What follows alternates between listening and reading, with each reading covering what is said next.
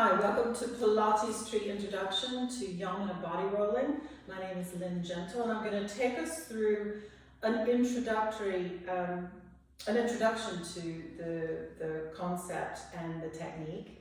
It's a great way to release muscle, so it's kind of the intellectual successor, it's a mouthful, to foam rollers. So everybody's probably had an experience of a foam roller in the gym or whatever, but because this is a ball, it gets into places that a foam roller just simply can't. So it's really nice to work into the joints. It creates space in the joints, relieves trigger points. It's very fascial for those of you who are familiar with fascial work. And this is the gold ball. It's pretty much an all-purpose ball. So if you had one Yamuna ball, if you're going to order one, this is the one to order. And there are others, but for the intro, we're just going to stick with the gold ball. So we're always going to start just on the ball and see how that feels. Just see how sitting on the ball feels. And, you know, if you fall off, it's not far to go. It's absolutely fine. So we don't want to put a whole lot of downward pressure on the tailbone. So once we're there on the ball, we're going to start on the right buttock, on the right sit bone. So if you shift yourself over, you're going to feel that sit bone right on top of the ball. So the things that you have to remember with this technique is keep breathing. You want to keep your center of gravity dropping into the ball. So if you try taking yourself back, you can feel you've come off the ball. So you always want to keep that center of gravity dropping into the ball, and you usually melt into the ball on the out breath. Just keep breathing. So you're going to take a nice deep breath in. Nice elongated spine, and as you exhale, allow yourself just to sink into the ball. So that ball is making contact with the bone, it's moving through the skin, the fascia, the muscle, right to the bone and the ligaments around it. So it's usually, I work on the power of 3, so I'm going to take a breath in, exhale, and sink into the ball. And really make sure that you are, so your weight's going to be a little bit on that right hand side, make sure you are really letting your weight drop into it. Now we're going to start to move. So if you flex your feet and push into your feet, your hips are going to go backwards in space. The ball is going to roll right in front of that sit bone. So now I'm leaning forward so I can really pull with my heels. As I pull with my heels, the ball is going to roll across the sit bone. It's going to pick up the gluteal muscle. It's going to pick up the buttock. And then I'm going to micro move on my out breaths. Inhaling, exhaling. So that ball is going to go right from the front of the sit bone, right at the very, very top of the back of my thigh. And I'm going to roll it very slowly up the back of my pelvis, sinking and micro-moving on the out breath, and we're going to eventually roll all the way up to the back, the top of the back of the pelvis. Rolling right on up. So that ball is moving, it's gliding through the glute, through the buttock muscle. When we get to the top of the pelvis, we're just going to push into our feet slowly. And we're going to bring it bumping over the sit bone again, leaning forward so the ball can catch the front of the sit bone. Now I've got my knees bent, and that's really helpful so that I can get purchase on the floor. And again, we're going to pull. So the key is to not work too fast with this. You've got to allow the ball to maintain the depth in the tissue.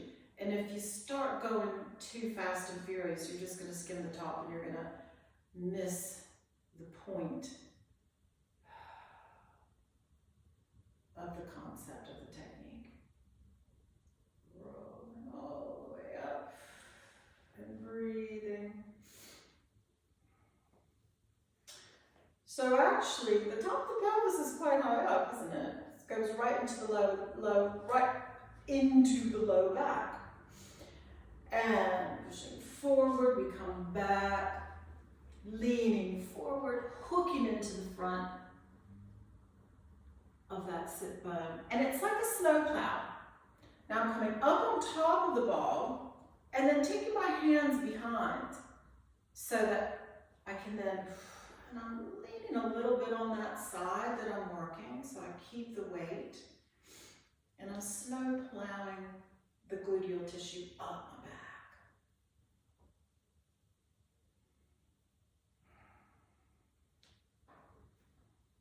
All the way up the back. And pushing the feet to come back. We're going to come back on top of the sit bone. This time we're going to start to circle. We're going to orbit around the sit bone. So we're going to push again so that we roll into the front of the sit bone and we hook into it. But from here we want to circle through the tissue. So we're going to lean out to the side. Really lean out. And we're going to circle around. So I'm kind of walking around myself so that the ball is kind of moving transversely through the tissue. So we're going in a different direction with the tissue. Coming around and forward. And the other leg just does what it needs to do to help facilitate the movement and also keep you on the ball. Really lean out. The more you lean out with this, I can see some of you are finding some stuff. We're gonna just circle around, usually right in that outer part of the hip. It's what I like to call, scientifically, junk. There's usually a lot of junk that hides in that bit of the gluteal muscle. So we're gonna go in 3 times in one direction. So I've got one more pass to go. And again, take your time with this. Take your time. I'm talking, so I'm not breathing as well as I should be, because you'll feel your weight really dropping. So you want to feel that this ball is moving through the muscle right to the bone. All the way around, lovely. And coming back, and now we're going to go around the other way. And you'll find stuff in this direction that you didn't discover in the first direction.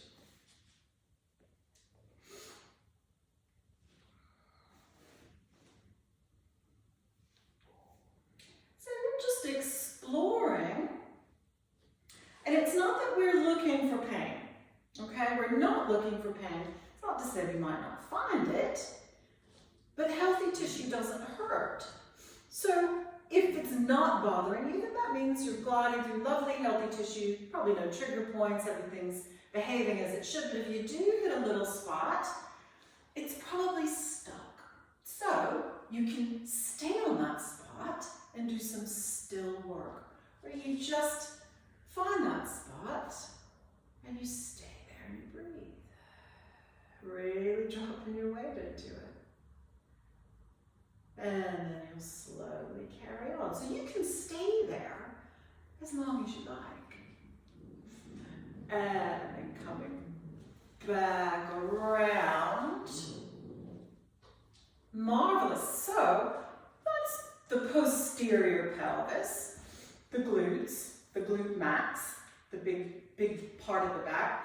Now we're going to work our way down the hamstrings, so the back of the thigh. So we're going to stay on that same side. I'm going to straighten that front leg and just make sure that your second toe, your knee, and your hip joints are aligned. So we don't want the leg out to the side or in toward the center. We want to keep it nice and aligned. So the same concept. I'm going to scoot myself backwards. My hands are in front of the ball, and this leg is out to the side. You can bring the leg down. It doesn't matter as long as you're not putting torsion through that knee. So from here, we're just going to stay. So I'm right under the sit bone, but super short shorts, okay? Just at the hem of those super short shorts. And we're just going to allow the weight to sink into the ball. And from here, we're going to keep that depth. And now we're going to strum from side to side, like we're strumming across the guitar strings. So again, that leaning out to the side. So we're pulling that tissue out to the side. Leaning way out, and then slowly coming back across. And you'll probably feel like you're going over railroad thighs, okay? That's fine. Those are the tendons of those hamstring muscles. And let the ball, so I'm sending my pelvis out to the side, and I'm letting the ball kind of move in to the inner thigh groin area. And I'm going to strum back across. Keep the depth. Keep dropping your weight into the ball and keep breathing.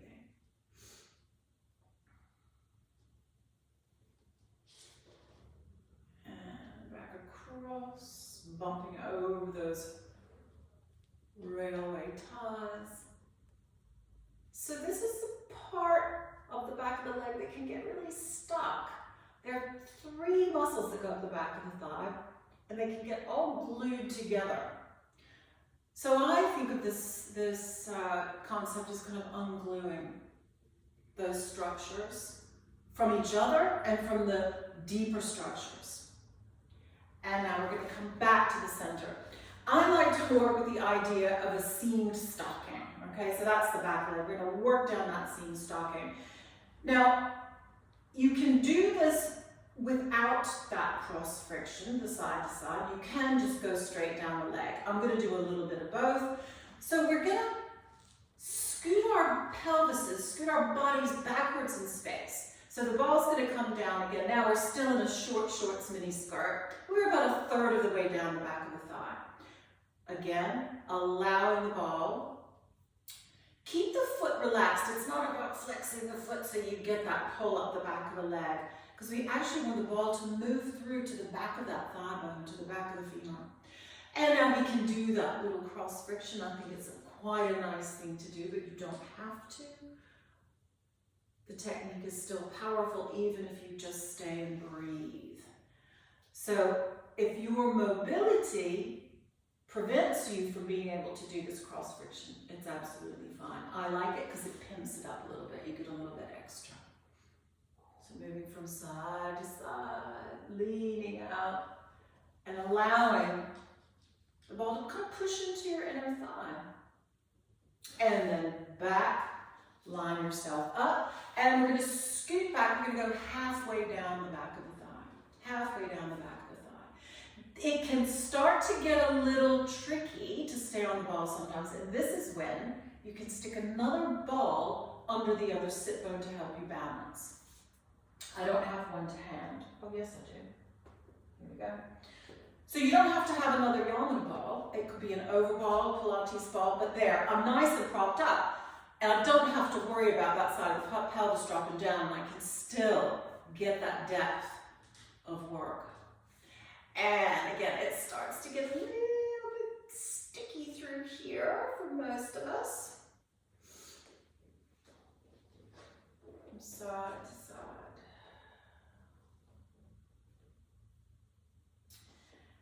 So one thing that I should have done at the beginning of the class, but I'll do in subsequent videos, is it's really nice to kind of notice how your body's feeling before you start, and then notice how it feels afterwards. And you can really feel the changes. And coming back to the center, again, you're going to scoot yourself backwards. We're coming just above the back of the knee. Again, readjust if you need that other ball under the other glute, under the other side of the pelvis. That's absolutely fine. Or you can stay up there in your own steam. So we're not going into the back of the knee joint. I also quite like to lean on it. That gives me a little bit of overpressure. Again, this is an extra, but you want to make sure that if you're leaning on it, that your arm, that you're pressing on top of the ball, not into your knee joint, or not above or below the ball. So we want to connect the tissue into the ball. And then again, a little bit of cross friction. Now, the back, those muscles at the back of the thigh start to turn into tendons as they get close to the knee. And so it'll probably feel a bit tighter and a little bit more restricted, but that's normal. But again, it's really nice to unstick these structures from the deeper ones and from each other. And after you've done a bit of that,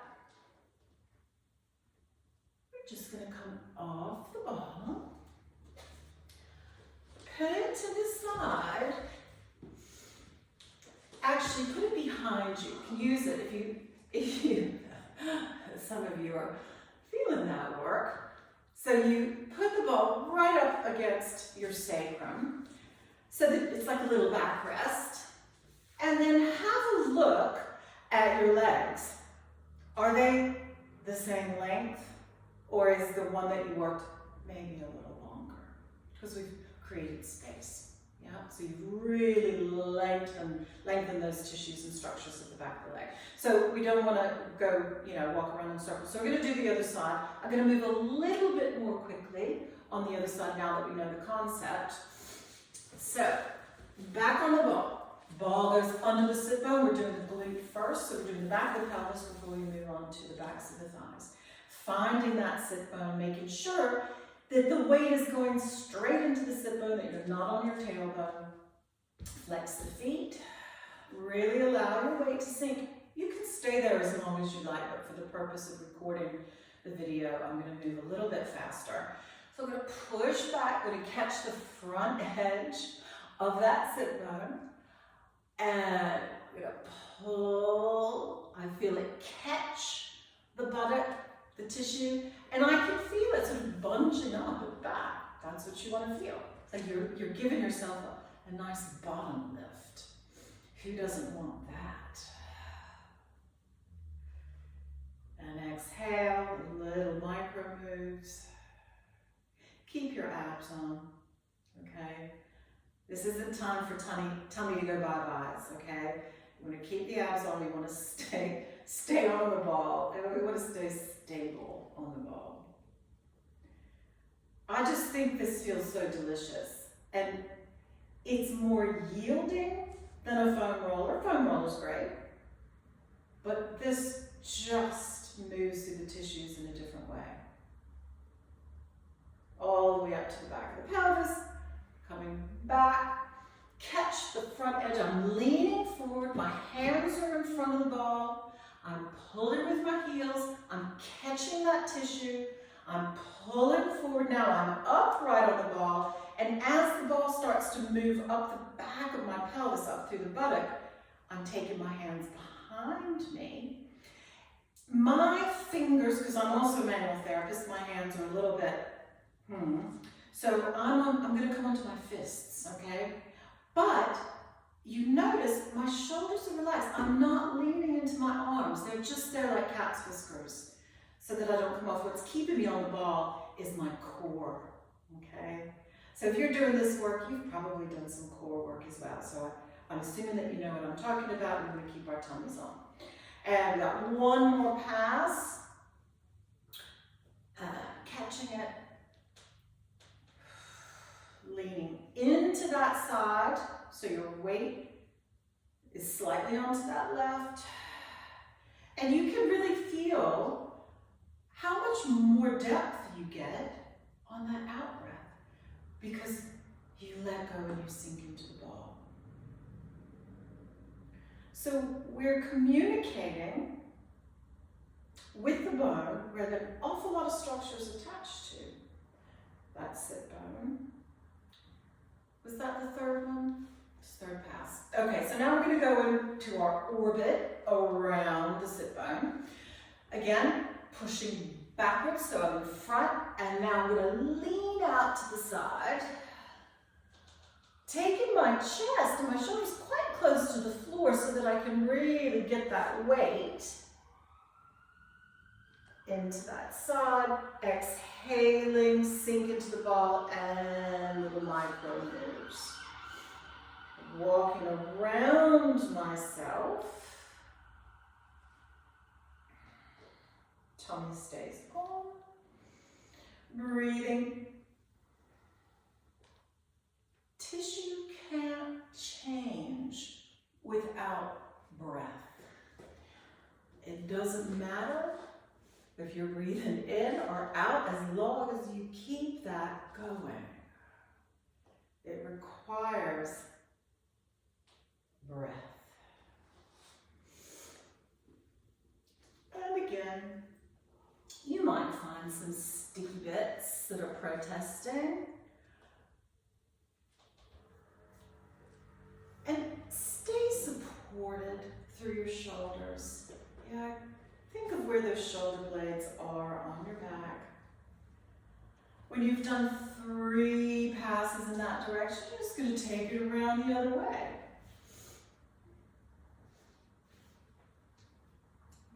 Way up. Coming forward. Going to go in front of that sit bone. And you may find things hiding that you had no idea were there.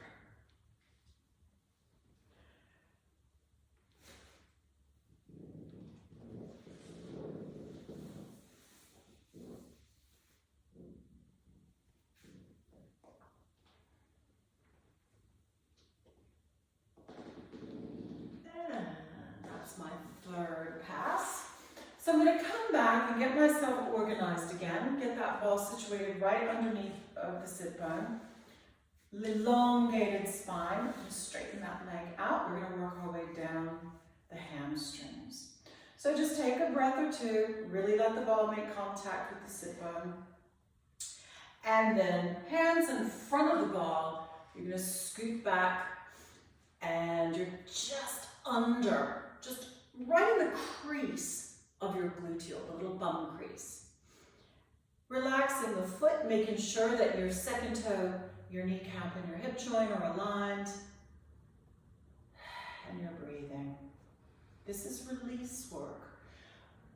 But interestingly, it's also an ignition technique to wake up lazy muscles, to wake up lazy muscle spindles. So now I'm going to start going from side to side. So an interesting fact about the hamstrings, as long as we're here, we might as well have a chat while we're strumming side to side. A lot of people in my classes have problems with hamstrings cramping. And, oh, you know, hamstrings, stretches. Well, often cramping hamstrings are a sign that they're weak. So, next time your hamstrings cramp, I think maybe those guys need a little bit more of a workout. And then you'll find they'll stop cramping. So we're just going from side to side, pulling those tissues out. Then we're going to come back to that center line down the back of the leg, elongating, sitting up nice and tall, and leaning forward. We're going to scoot down 1/3 of the way down the back of your thigh. Here's that moment, if you want to, that if you've got that a second ball, you can, and you need to, you can pop it under the other sit bone. We're allowing, at this point, you can also place your arm right over the ball and lean into it, creating some overpressure. Kind of almost creates the treatment version of this. There's a table version where the client does nothing and the therapist does everything. Yes! But then, you know, it's a little bit cheapy, isn't it? And now we're going to strum from side to side.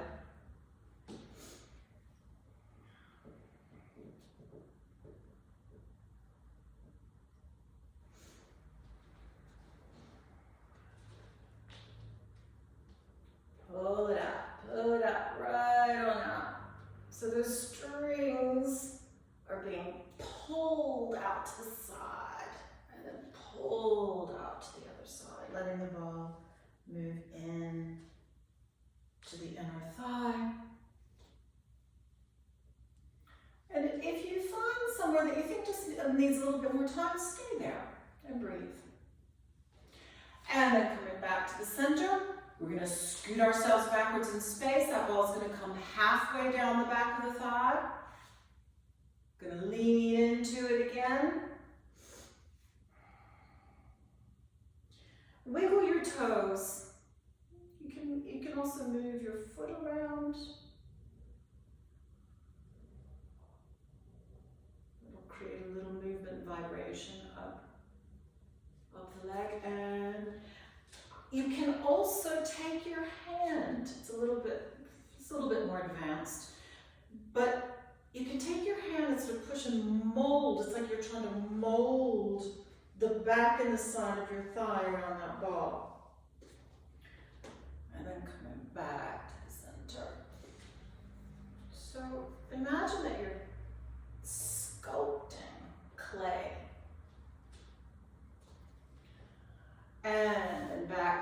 center, and our last point on the thigh, we're going to scoot back. The ball rolls just up above the back of the knee joint.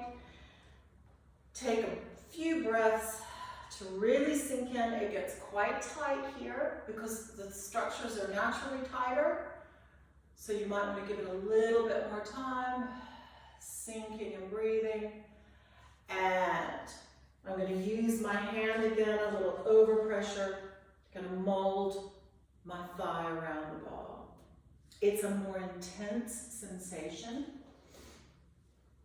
so possibly not for everybody. People who are used to quite deep body work tend to like this. And then we're going to come off the ball. Straighten those legs, take the ball. I'm just going to turn so you can see where I'm putting the ball. I'm leaning forward, I'm wedging it right up against my sacrum. And then I'm going to have a little look. The other thing to notice is you might find it's a little easier to sit up out of your pelvis. So although we've worked the back of the leg, it will release the back of the hip joint. It will also release the front of the hip joint. So hopefully your legs are now the same length. And that concludes the introduction to this concept and this technique.